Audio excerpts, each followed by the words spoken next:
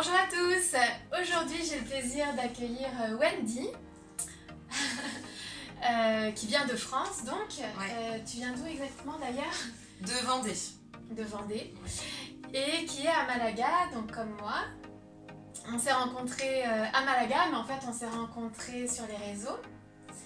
On s'est rencontrés en fait sur Facebook parce que tu avais mis un message. Pour trouver un logement à Malaga pour pouvoir venir m'installer. Enfin, un logement ou Airbnb ou des conseils pour trouver quoi. Et c'était en décembre. Décembre. Ouais. Novembre-décembre. Donc on s'est rencontrés d'abord sur les réseaux. En fait, j'ai répondu à son message et on s'est aperçu qu'on avait plein de points communs. Et on a commencé à échanger, à discuter sur plein de sujets. Et donc aujourd'hui, on s'est vus, on s'est rencontrés et donc elle va nous partager un peu son histoire pour son cheminement de pensée, pour son expatriation à Malaga, enfin en tout cas son séjour à Malaga. Alors, attends, je vais prendre mes questions. Ça commence. C'est le bordel. Alors, très cher. Oui, dites-moi. Donc depuis quand es-tu à Malaga? Alors, je suis arrivée à Malaga, en tout cas autour de Malaga, dans la province de Malaga. Je suis arrivée le 7 janvier, donc 2022. Et donc je suis venue en voiture depuis la Vendée. Donc en fait j'ai fait 8 heures de route jusqu'à Burgos, donc dans le nord de l'Espagne où je me suis arrêtée dormir. Et ensuite j'ai refait les 8 heures le lendemain pour aller jusque... Je devais aller à Benalmádena. Voilà. Et tu es venue... Et je suis venue accompagnée de bébé Mario, qui est mon chat. Donc voilà, je suis venue accompagnée de Mario. Et donc tu es venue, c'était un projet que tu avais en tête depuis longtemps? Alors, oui et non, dans le sens où, depuis toute petite, ce que je veux faire de ma vie, c'est voyager, c'est aller habiter avec des gens sur place, pouvoir parler leur langue, apprendre leur culture. Ça, c'est le truc qui m'habite et qui me fait rêver. Je savais pas trop comment ça allait se faire. Au début, j'avais juste regardé, je m'étais dit, je pars en Suisse travailler un bout de temps, comme ça je peux mettre pas mal d'argent de côté, si je vais à la frontière et tout, ça le fait. Au niveau des langues qui étaient demandées dans le travail que je recherchais en Suisse, c'était trop compliqué parce qu'on me demandait de l'allemand, enfin voilà, des langues qui me sont totalement inconnues, et de l'anglais. Et du coup, je me suis dit, bon, j'ai toujours eu une attirance particulière pour l'Espagne, pour la langue espagnole, pour la culture espagnole, la musique, enfin tout ce qui a un rapport avec l'Espagne. Pourquoi pas l'Espagne? Et ce qui s'est passé, c'est que j'ai commencé en fait à regarder un peu s'il y avait beaucoup de Français qui venaient là, etc. Et donc ça a commencé comme ça, à se construire jour après jour en fait, à y voir plus clair dans ce projet-là. Mais on va dire que entre le moment où je me suis dit Espagne et le moment où je suis venue habiter, il y a 3-4 mois qui se sont écoulés. Ouais, j'ai commencé en octobre à me fixer le projet et en début janvier j'habitais là. Ah oui, donc ça s'est fait rapidement. Ouais, ça s'est fait très rapidement. Et tu as trouvé un travail?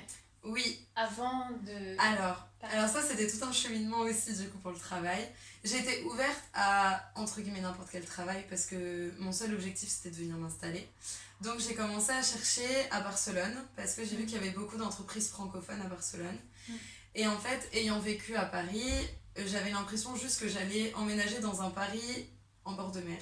Et c'est pas vraiment l'idée que je m'étais fait. Et en plus Barcelone, c'est un côté très positif, c'est que c'est très cosmopolite. Mais par contre, moi je voulais vraiment être dans un truc plus culturel. Donc j'ai commencé à m'intéresser à Valence. Et puis j'ai appris que une fille que je connaissais un petit peu comme ça, plus ou moins de Vendée, était venue s'installer à Malaga. Donc je lui ai envoyé un message, je lui ai envoyé mon CV. Elle a envoyé mon CV autour d'elle. Et j'ai eu un entretien avec une entreprise en Zoom du coup. Et puis ils m'ont dit écoute, si tu veux commencer, tu peux commencer début janvier. Donc là, après, il fallait que je trouve le logement, du coup. Mais au moins, je venais avec déjà le travail. Par contre, je m'étais dit que je voulais partir... En fait, je disais à tout le monde, mon objectif, c'est qu'au premier semestre, fin du premier semestre 2022, je sois partie. La vérité, c'est qu'au fond de moi, mon délai, c'était au premier trimestre. Et je m'étais dit, je veux un travail avant d'y aller, pour la sécurité, financière surtout. Mais ce que je veux réellement, c'est que si au mois de mars, j'ai toujours pas de travail, je pars sans rien et je trouve sur place. Voilà, c'était ça mon cheminement, vraiment, de me dire, dans tous les cas, je pars, mais avec ou sans, quoi. Mais bon, là, ça s'est fait parfaitement, du coup, ça s'est fait avec mon travail. Donc tu t'étais mis un délai quand même. Je m'étais mis un délai, ouais. Je voulais qu'au premier trimestre, je sois partie, j'ai changé de vie. En fait, je sentais, c'était plus une envie, c'était plus un rêve, c'était un besoin. Là, il fallait que je parte, que j'aille à autre chose et à la réalisation de concrète, en fait. Et est-ce que tu avais des peurs, des blocages que tu as dépassés pour Alors, venir ici? avec le recul, je me rends compte que ça peut paraître totalement bête et rien du tout. Et qu'il y avait sans doute des choses qui auraient pu m'inquiéter ou me faire peur plus que ça. Comme, parce que je précise que je parle pas espagnol. Donc là, je suis en train d'apprendre. Mais en fait, la seule peur que j'avais, c'était même pas la barrière de la langue, c'était même pas le logement ou quoi que ce soit. La seule peur que j'avais, c'était que j'habite à la campagne. En France, j'habite à la campagne avec ma voiture. J'avais jamais conduit sur le périph' de Paris, j'avais jamais conduit sur Bordeaux, par exemple. C'est des villes où je voulais pas aller avec ma voiture. Et pour aller en Espagne, il fallait que je traverse le périph' de Bordeaux et le périph' de Madrid. Et c'était ma seule peur, c'était de me dire, avec ma voiture, il va falloir que je traverse des grandes villes alors que je suis pas du tout à l'aise avec ça, etc. Et du coup, en fait, à peine arrivée en Espagne, je me suis dit, en fait, c'était rien. Alors que une semaine avant, c'était une montagne pour moi. Et en fait, ouais, ça, c'était vraiment, c'était une grande peur. Et je crois que c'était ma seule peur de me dire, ouais, le trajet. Le trajet était vraiment la seule peur que j'avais. Voilà. Avec le recul, ça paraît bête. Ouais. Mais c'était vraiment. Et comme quoi, on peut avoir des peurs très différentes, en fait, les uns les autres. Ouais, c'est ça. Parce que quand du coup, j'en parlais avec mon entourage, je me disais, mais t'as pas peur? Enfin, quand même, tu sais pas parler la langue, ton travail, ok, t'as trouvé, mais il va falloir que t'apprennes. Et ton logement, comment ça va se passer? Parce que du coup, le logement que j'ai trouvé, on y reviendra peut-être après, mais c'était chez une Espagnole, en fait, où je louais une chambre, un peu comme un Airbnb, sauf que c'était pas sur cette plateforme. Et comment tu l'avais trouvé, en fait, finalement, ce logement? Le logement, je l'ai trouvé sur Milanuncios, qui est le bon coin espagnol, pour vous dire. Donc voilà, c'est là-dessus que j'avais trouvé. Et en fait, je sais plus. Oui, et du coup, mon entourage me disait, mais t'as pas peur de ça, que ça se passe pas bien avec elle, etc. En fait, non. Enfin, rien me fait peur de. C'est comme si j'allais en totale paix et harmonie, mais que la seule chose qui m'inquiétait, c'était le trajet en lui-même. Ouais. Tout ce qui allait suivre, j'avais aucune inquiétude. Même sur mon travail, même la veille d'aller au travail, j'étais en mode bon, bah ok, bah, aujourd'hui je vais au travail. Genre c'est. Ouais, c'est normal, quoi. C'est bon, allez hop, on y va, on va voir ma petite routine en ouais, Espagne. c'est ça. Comme si c'était. Comme si je connaissais déjà, alors que c'était pas le cas. C'était vraiment. C'était naturel, ça s'est fait naturellement. Et ensuite, donc tu as déménagé juste pour parler de tes différents logements. Alors, donc, ouais. Alors, en peu de temps, finalement, ça a été. Donc, je suis arrivée le 7 janvier en Espagne, donc chez cette Espagnole. Et en fait, il y a eu un malentendu, c'est que avant que je vienne en Espagne, on se parlait sur les réseaux sociaux pour s'organiser un petit peu. Et donc, je lui avais dit que moi, j'avais trouvé un emploi pour 3 mois. J'ai un CDD de 3 mois actuellement. Et en fait, je lui ai dit combien de temps je peux rester dans ta maison. Elle m'avait pas répondu parce qu'elle était occupée. Je lui avais renvoyé la question plus tard. Et pareil, elle m'avait dit bah écoute, je conduis, on en parle plus tard. Et donc, là où on a eu tort, c'est qu'on n'en a jamais reparlé. Et elle est restée dans l'esprit que moi je restais 3 mois, donc elle a refusé d'autres personnes qui ont fait la demande de venir habiter chez elle. Et un jour, donc je crois que c'était le 18 janvier, je lui envoie un message parce que le problème qu'on a eu, c'est qu'elle n'était pas souvent à la maison. Et du coup, moi, j'étais pas souvent à la maison non plus. On n'a jamais partagé de temps ensemble. On n'a jamais partagé un repas ensemble. Enfin, vraiment, on s'est toujours croisés. Et en fait, donc, quand on se parlait, souvent, c'était sur WhatsApp. Et je lui dis, ben voilà, du coup, j'ai trouvé une nouvelle colocation avec une amie française. On va emménager dans une maison et tout. Et là, elle a super mal pris. Et donc, voilà, ça s'est pas très bien passé. On passe les détails, mais en gros, je suis partie le soir même du logement, vivre chez mon amie française, avec qui je devais faire une colocation. Et c'est cette amie, c'est grâce à cette amie que tu avais trouvé ce Et c'est grâce à cette amie que j'avais trouvé ce travail, exactement. C'était grâce à elle. Et du coup, en fait, donc une semaine après, on devait emménager dans la fameuse maison.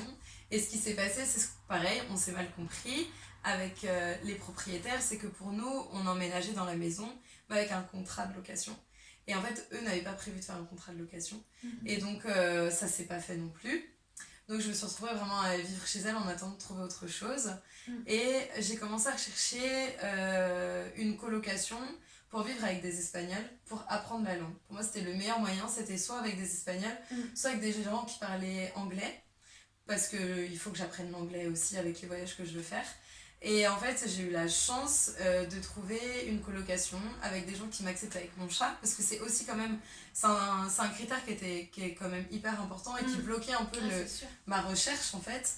Et du coup, qui était ok pour le chat, qui parlait espagnol, qui était ok d'accueillir une fille qui en plus ne parle pas trop espagnol. Et donc là, ça fait 2-3 jours que je vis là-bas. Et pour l'instant, je suis super contente. Ils parlent doucement, exprès pour que je comprenne, ils m'apprennent des mots, ils m'expliquent vraiment comment ça se passe, la culture et tout. Enfin, c'est hyper intéressant, c'est très enrichissant en fait. Et finalement, tous les points qu'on pourrait voir comme négatifs qui sont passés dans mes péripéties de logement, ça m'a amené vraiment à une solution, un aboutissement hyper positif. Donc c'est vraiment chouette, ouais. Et ce logement, donc avec les 2 Espagnols, tu l'as trouvé comment ? Pareil, une application qui s'appelle Fotocasa. Et du coup, je l'ai trouvé comme ça. J'ai demandé à mon ami qui parle espagnol de téléphoner pour savoir si c'est toujours disponible. Et puis voilà, comprendre un petit peu comment ça fonctionnait. Et suite à cet appel-là, on a eu 2 rendez-vous ensemble avec les 2 colocataires pour faire connaissance, voir si ça pouvait passer, si on était OK sur la manière de vivre, etc. Et quand ça a été OK pour eux et OK pour moi, du coup, j'ai emménagé. Et c'est proche de ton travail ? C'est à 20 minutes de mon travail. Donc tu vas en voiture au travail ? Je vais en voiture au travail. En fait, pour moi, venir en Espagne en voiture, à la base, quand je pensais venir à Barcelone, je venais en avion, avec mon chat, toujours. Mais voilà, sans voiture, parce que transport en commun, etc. etc. Et en fait, quand je me suis rapprochée plutôt des localisations plus locales, entre guillemets, plus je sais pas comment expliquer, mais où voilà, il y a plus cet esprit espagnol là, peut-être un peu moins cosmopolite en fait. C'est important que je vienne en voiture parce que déjà il y a beaucoup de petites campagnes ici et je voulais garder cette indépendance là que je connais depuis des années. Enfin, j'avais pas envie de dépendre de quelqu'un ou des transports, des horaires, etc.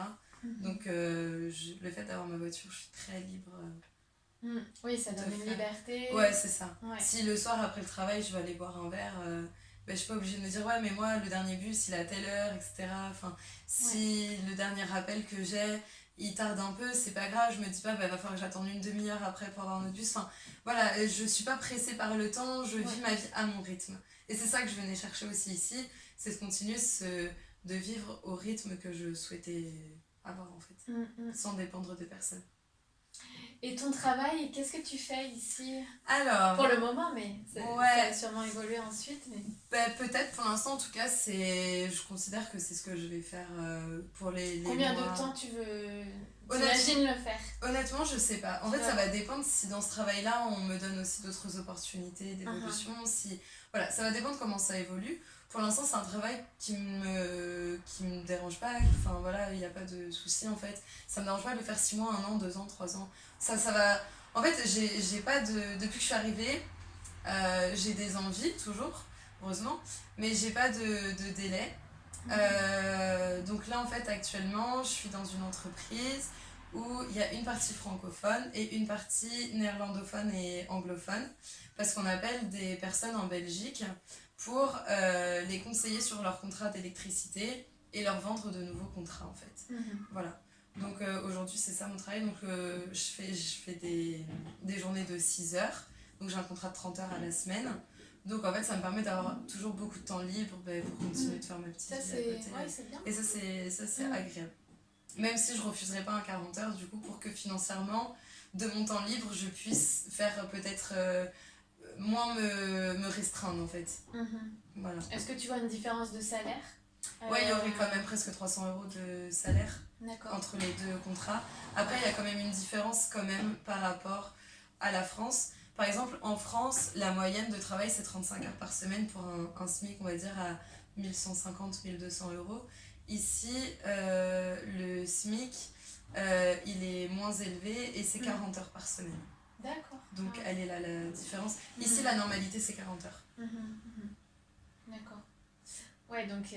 Donc, au début, quand on regarde les annonces, en tant que Français, on se dit « Oh, mais pourquoi c'est un poste à 40 heures, etc. » Les postes à 35 heures, presque ici, ça n'existe pas, en fait. C'est soit tu as un poste à temps partiel, comme j'ai actuellement, où c'est du 30 heures, soit tu as un poste à 40 heures.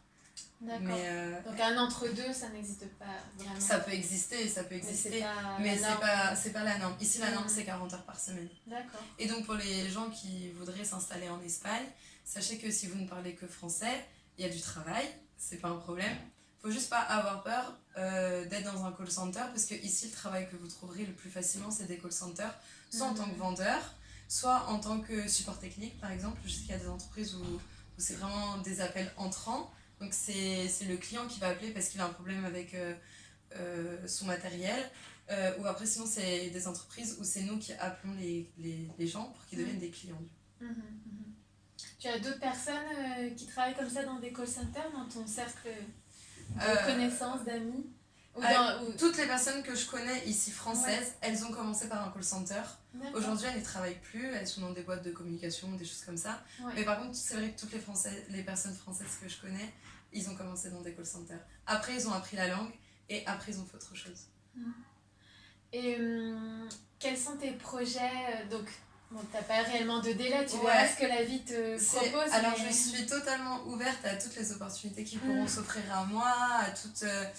En fait, j'ai des plans dans ma tête, mais je ne m'y restreins pas.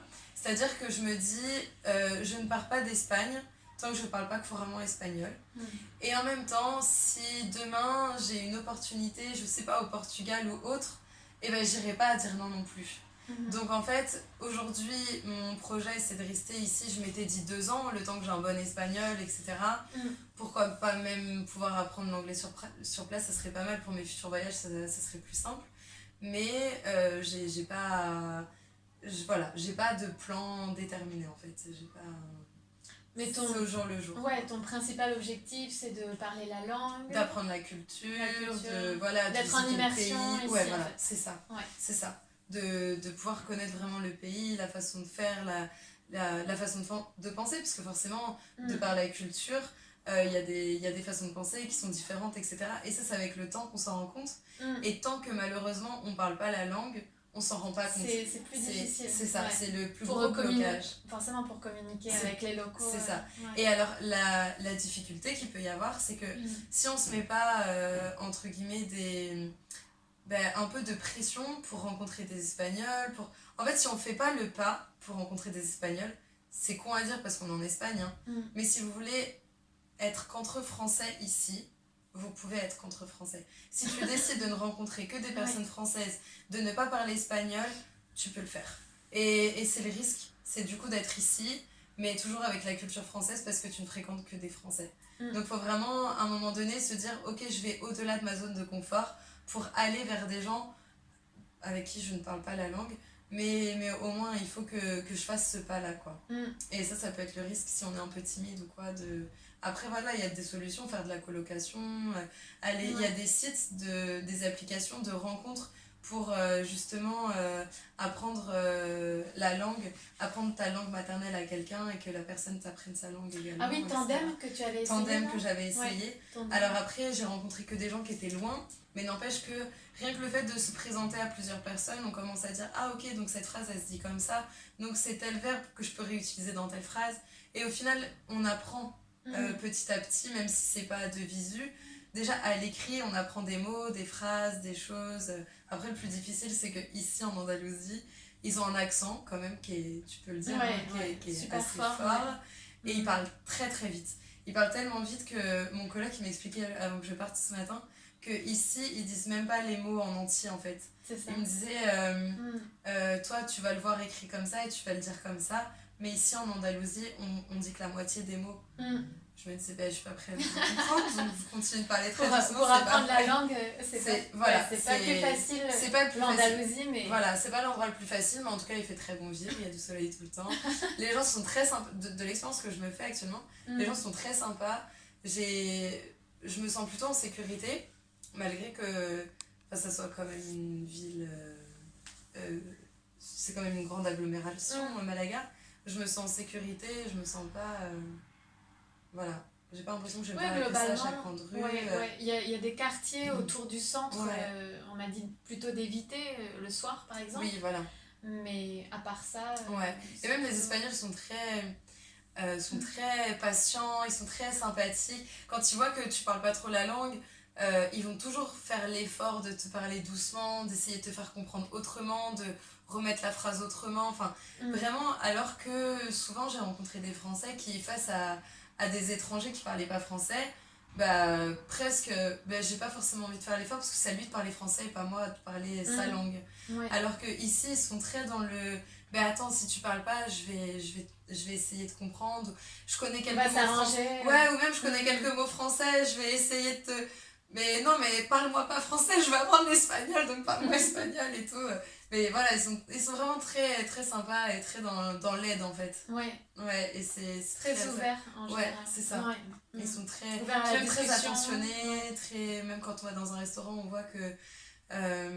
je sais pas, il y a cette ambiance-là où les gens ils font attention et tout. C'est très agréable, c'est très plaisant à vivre. Donc tu es plutôt satisfaite Je suis très satisfaite, je regrette pas. Jusqu'alors. Ça fait qu'un mois.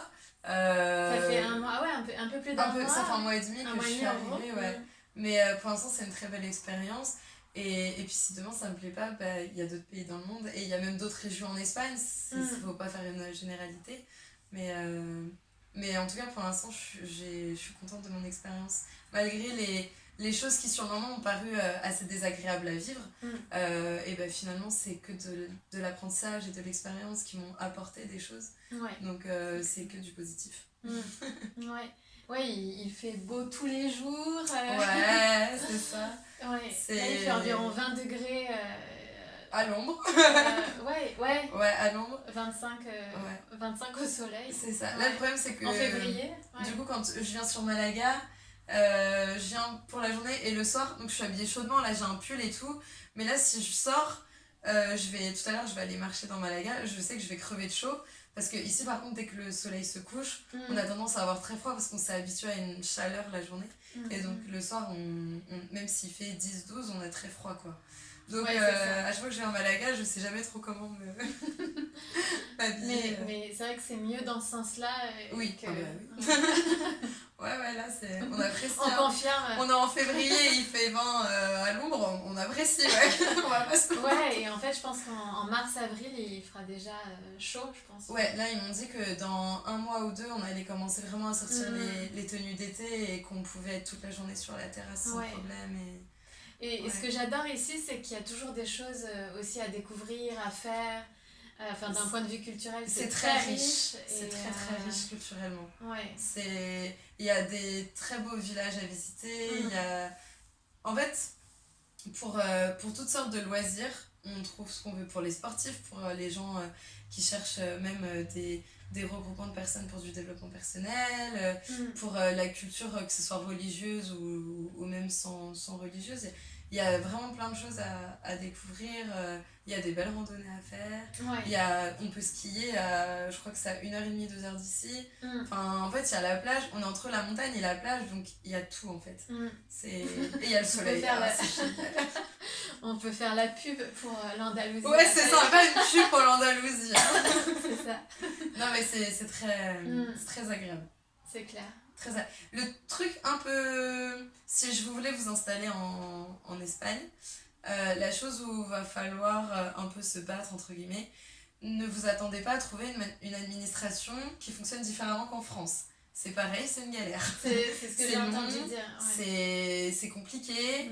On va pas forcément vous donner le bon endroit où aller, etc. directement. Enfin, voilà. faut s'y plonger, ça peut prendre du temps, ça peut prendre quelques mois.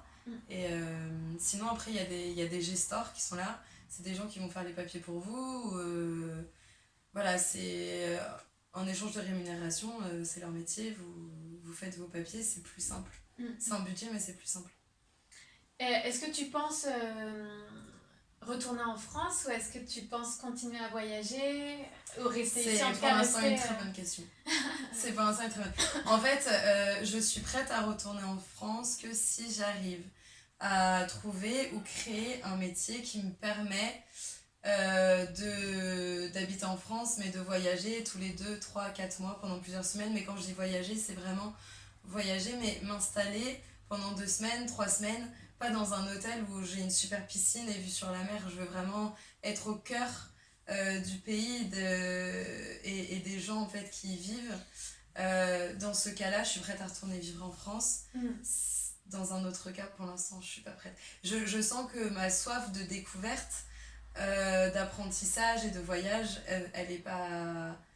Là, c'est que le début. Voilà, c'est ça. Je sais pas du tout combler, quoi. C'est vraiment... C'est que le début et je me sentirais tellement frustrée aujourd'hui de rentrer en France. J'aurais l'impression d'avoir fait le plus dur pour ne pas finalement profiter jusqu'à la dernière goutte, quoi. Donc là, pour l'instant, c'est pas le projet immédiat de retourner en France. Ouais, donc tu penses continuer sur ta lancée. Et puis je suis toujours pas bilingue, donc tant que je parle pas espagnol, je ne pars pas. Et là, avec tes colocs espagnols, ça va être chouette.